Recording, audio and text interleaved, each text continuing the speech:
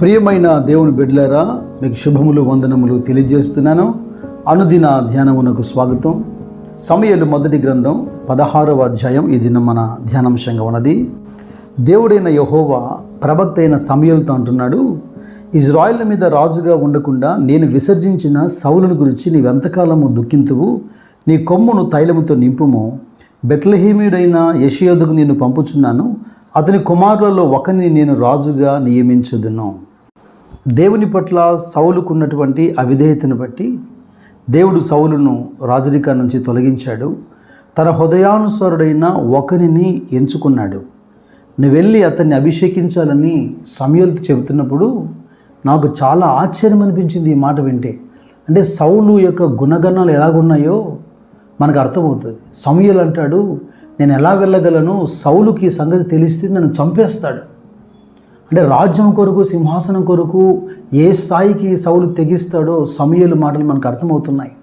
ఒక ప్రవక్త అయినా అతని భయం చూడండి. అంటే ఆ స్థితిలో సౌలు ఉన్నాడు. ఈ అధ్యాయంలో ఓ గొర్రెల కాపరికి వచ్చినటువంటి ప్రమోషన్, అదే సమయంలో రాజుగా పరిపాలిస్తున్నటువంటి సౌలు యొక్క డిమోషన్. సమూయేలు ఇక బలి అర్పణ కొరకు నేను వస్తున్నానని చెప్పి యెషయా ఇంటికి సమాచారం అందించాడు. సమూయేలు తైలపు కొమ్ము తీసుకొని యెషయా ఇంటికి వెళ్ళాడు. యెషయా తన కుమారులందరినీ కూడా పిలిపించాడు. మొట్టమొదటి కుమారుడు పెద్దవాడైనటువంటి ఏలీయాబును చూడగానే సమూయేలు అనుకున్నాడు, అతని రూపమును అతని యొక్క ఎత్తును చూడగానే, ఎందుకంటే ఇదివరకే సౌలు సైన్యంలో పనిచేస్తున్నారు. ఏలీయాబు, అబినాదాబు, షమ్మా వీరు సైన్యంలో ఉన్నారు. కనుక సమూయేలు అనుకున్నాడు, యెహోవా ఏర్పరచుకున్నటువంటి వ్యక్తి ఇతనే. అయితే దేవుడు అంటున్నాడు, ఇతడు కాదు. మీరు ఈ మాట గమనించిన 7వ వచనంలో, అయితే యెహోవా సమూయేలుతో ఇలా సెలవిచ్చెను, అతని రూపమును అతని ఎత్తును లక్ష్య పెట్టకము, మనుషులు లక్ష్యపెట్టు వాటిని యెహోవా లక్ష్య పెట్టాడు. ఇలాగ ఒక్కొక్కరు తన ముందుకు వస్తున్నారు. దేవుడు అంటున్నాడు, ఇతడు కాదు, ఇతడు కాదు, ఇతడు కాదు. అక్కడున్న కుమారులందరూ 7 అలా కాదని చెప్పేసరికి సమూయేలు అడుగుతున్నాడు, ఇంకా ఎవరైనా నీ కుమారులు ఉన్నారా? అప్పుడు యెషయా అంటాడు, కడాసారి వాడు ఒకడు ఉన్నాడు.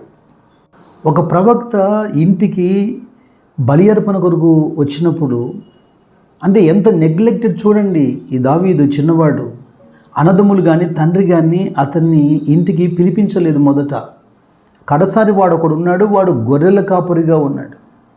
అయితే సమూయేలు అన్నాడు, అతన్ని కూడా నా దగ్గరికి పిలిపించాడు. ఎప్పుడైతే దావీదు సమూయేలు ఎదుటికి వచ్చాడో దేవుడైన యెహోవా అంటున్నాడు, నేను కోరుకున్నవాడు ఇతడే, నీవు లేచి వాడిని అభిషేకించమని సెలవీయగా సమూయేలు తైలపు కొమ్మును తీసి వాని సహోదరులతో వాడిని అభిషేకం చేశాను. నాట నుండి యెహోవా ఆత్మ దావీదు మీదకి బలముగా వచ్చాను. మీకు కీర్తనల్లో ఒక వాటిని నేను చూపిస్తాను. 147వ కీర్తనలో ఆ 10-11 వచనాల్లో, గుర్రముల బలమునందు ఆయన సంతోషించడు, నరుల కాలి సత్వయందు ఆయన ఆనందించడు, తన యందు భయభక్తులు గలవారి యందు, తన కృప కొరకు కనిపెట్టు వారి యందు యెహోవా ఆనందించువాడై ఉన్నాడు.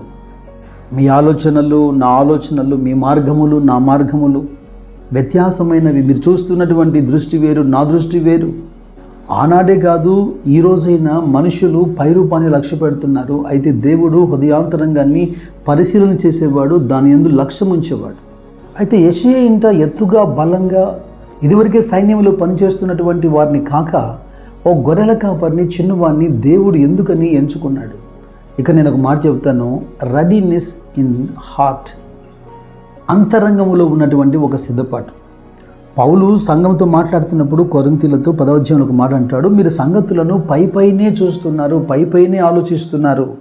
అదే ఎఫెసీయులతో మాట్లాడుతున్నప్పుడు అదే పౌలు అంటాడు, మీ అంతరంగ పురుషుని యందు శక్తి కలిగి ఆయన ఆత్మ వలన బలపరచబడినట్లుగా సువార్త ప్రకటించుటకు నేను సిద్ధముగా ఉన్నాను అనే మాటకు అర్థం ఏంటి? కేవలం భౌతికంగా ఒక ప్రసంగం చేసేదానికి చదువుకొని సిద్ధపడ్డానని మాత్రమే కాదు అర్థం. అది దేవుని కార్యముల కొరకు అంతరంగములో ఉన్నటువంటి సిద్ధపాటు. ఆయా కాలాల్లో, ఆయా సందర్భాల్లో దేవుడు తన కార్యాలు నెరవేర్చడానికి ఎవరి గురించి ఎదురు చూస్తున్నాడు? ఎవరిని బలపరిచేందుకు ఎదురు చూస్తున్నాడు? Mighty in heart or mighty in inner. సమూయేలు మొదటి గ్రంథము 17వ అధ్యాయంలో గొల్యాతుతో దావీదు పోరాడేదానికి వెళ్ళినప్పుడు యుద్ధ భూమిలో ఆ గొల్యాతును చూసి అందరు గడగడ వణికిపోతున్నప్పుడు దావీదు పలికిన మాటలేంటి? 47వ వచనంలో, అప్పుడు యెహోవా కత్తి చేతను ఈట చేతను రక్షించువాడు కాడని ఈ దండు వారందరూ తెలుసుకొందురు, యుద్ధము యెహోవాదే, ఆయన మిమ్మును మా చేతికి అప్పగించునని చెప్పాను. ఎటు ఆలోచించినా ఓ బాలుడు గొల్యాతు మీదకి యుద్ధానికి వెళ్ళడానికి ఏ రకమైనటువంటి అవకాశం లేదు. అయితే ఆ ధైర్యం ఏంటి? యెహోవాను దూషిస్తున్నాడు, వీడు సున్నతి లేనివాడు, దేవుడు మాతో ఉన్నాడు, ఆ దేవుని రుజువుపరచాలా, అతని సామర్థ్యము సరైనది కాదని చెప్పాలి, అతని దగ్గర ఉన్న ఆయుధాలు సరైనవి కాదని చెప్పాలి, కానీ రెడీనెస్ ఇన్ హార్ట్, అతని అంతరంగంలో ఉన్న సిద్ధపాటు చూడండి. మన పితరులకి ఇచ్చిన వాగ్దానం నెరవేర్చేదానికి యాకోబును దేవుడు దర్శించినప్పుడు, యాకోబుకు అంతమంది పిల్లలున్నా ఎందుకని 2 మార్లు యోసేపుకే దేవుడు కలనిచ్చాడు? యోసేపు అంతరంగం ఏంటి? అన్నదమ్ముల చెడుతనమును అతడు ఒప్పుకునేవాడు కాదు, అసహించుకునేవాడు, అదే సమయంలో తండ్రికి చేరవేసేవాడు. అతని అంతరంగంలో ఒక సిద్ధపాటు ఉన్నది. దేవుని యొద్ద నుండి దేవుని కార్యాలను తీసుకునేవారు, వాటి పక్షాన నిలబడే వారిని ఆయన నమ్ముతాడు. ఎంతటి వేదాంత విద్యను అభ్యసించినా, ఎంత జ్ఞానాన్ని సంపాదించినా, ఎన్ని కార్యక్రమాలు తలపెట్టినా అంతరంగములో ఈ ప్యాషన్, దేవుని పక్షాన ఇటువంటి సిద్ధపాటు, ఇటువంటి మనసు లేకపోతే ఎలా వాడుకోగలుగుతాడు? లేఖనముల పట్ల పట్టు లేదా లేఖనముల మీద జ్ఞానము వద్దని నేను చెప్పట్లేదు. వాటికి అన్నిటికంటే ముందుగా అపోస్తలుడైన పౌలు చెప్పినట్టుగా ఐఎమ్ రెడీ టు ప్రీచ్ అన్నట్టుగా అంతరంగంలో ఆ సిద్ధపాటు కలిగి ఉండాలి. నీ హృదయము, నీ మనస్సు ఆయన పట్ల సరైనదైనప్పుడు ప్రజలు నిన్ను రిజెక్ట్ చేసినా కూడా నువ్వు బాధపడాల్సిన అవసరం లేదు. ఈ లోకంలో చేస్తున్నటువంటి ప్రతి ఉద్యోగానికి కొన్ని పారామీటర్స్ ఉంటాయి. ఆ ఉద్యోగానికి సంబంధించినటువంటి అర్హతలు నీలో ఉంటే మాత్రమే ఆ ఉద్యోగం చేయడానికి అనుమతించబడతావు. ఆయన ఎవరిని ఎన్నిక చేస్తున్నాడు, ఎవరిని అభిషేకిస్తున్నాడు, ఎవరిని బలముగా వాడుకుంటున్నాడు. నా ప్రియ సహోదరులారా, కొంతమంది ఇలాగ వాపోతుంటారు, మమ్మల్ని అర్థం చేసుకునే వాళ్ళు ఎవరు లేరు, మమ్మల్ని సపోర్ట్ చేసేవారు ఎవరు లేరు, ఎంతో చేయాలని మాకు ఆశ ఉంది. మారుమూల గ్రామాల్లో లేదా పేద ప్రజలుగా నివసించేవారు, ఎటువంటి రైట్ ప్లాట్ఫామ్స్ లేనివారు ఈ మాటలు బాగా వినాలి. అవకాశం కొరకు పరిగెత్తుతూ వెతుకుతూ మనం వెళ్ళవలసిన అవసరం లేదు. దేవుని ఎదుట నీ అంతరంగాన్ని నువ్వు సిద్ధపరిచి ఆయన పట్ల ఇదిగో భక్తులు కలిగినటువంటి రోషాన్ని కలిగినప్పుడు అవకాశాలన్నీ వెతుక్కుంటూ నీ దగ్గరికి తీసుకురాబడతాయి.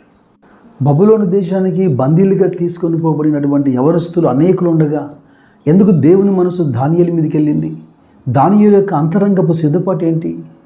రాజు యొక్క ఆహారమును బట్టి పానమును బట్టి అపవిత్రపరచుకొనకూడదన్న ఒక అంతరంగపు సిద్ధపాటు, ఆలోచన, ఆ రోషం కాస్త తాత్కాలికంగా శ్రమ గుండా నడిపిన ఆ దేశానికి ప్రధానిగా నిలబెట్టింది. ఇదే అధ్యాయంలో యెహోవా ఆత్మ సౌలును విడిచిపోవటం, దురాత్మలు అతన్ని వెరిపించటం, దావీదు సితారా వాయించి ప్రతిసారి అతన్ని బాగు చేయడం మనం చూస్తాం. యెహోవా తనను విడిచి దావీదుకు తోడైండుట చూచి సౌలు కూడా దావీదుకు భయపడుతున్నాడట. ఇదిగో శుద్ధ మనస్సు అలాగే సిద్ధ మనస్సు నీ దగ్గరుంటే ఆత్మను, అభిషేకాన్ని ఆయన పంపుతారు. దేవుని అనాథ సంకల్పమైనటువంటి ఆయన ఎన్నికలోకి మీరు రావాలని, మీ పరిధిలో మిమ్మల్ని బలముగా ఆయన వాడుకోవాలని నా ప్రార్థన. మీరు దేవుని అనుగ్రహమును పొందుదురుగాక. God bless you.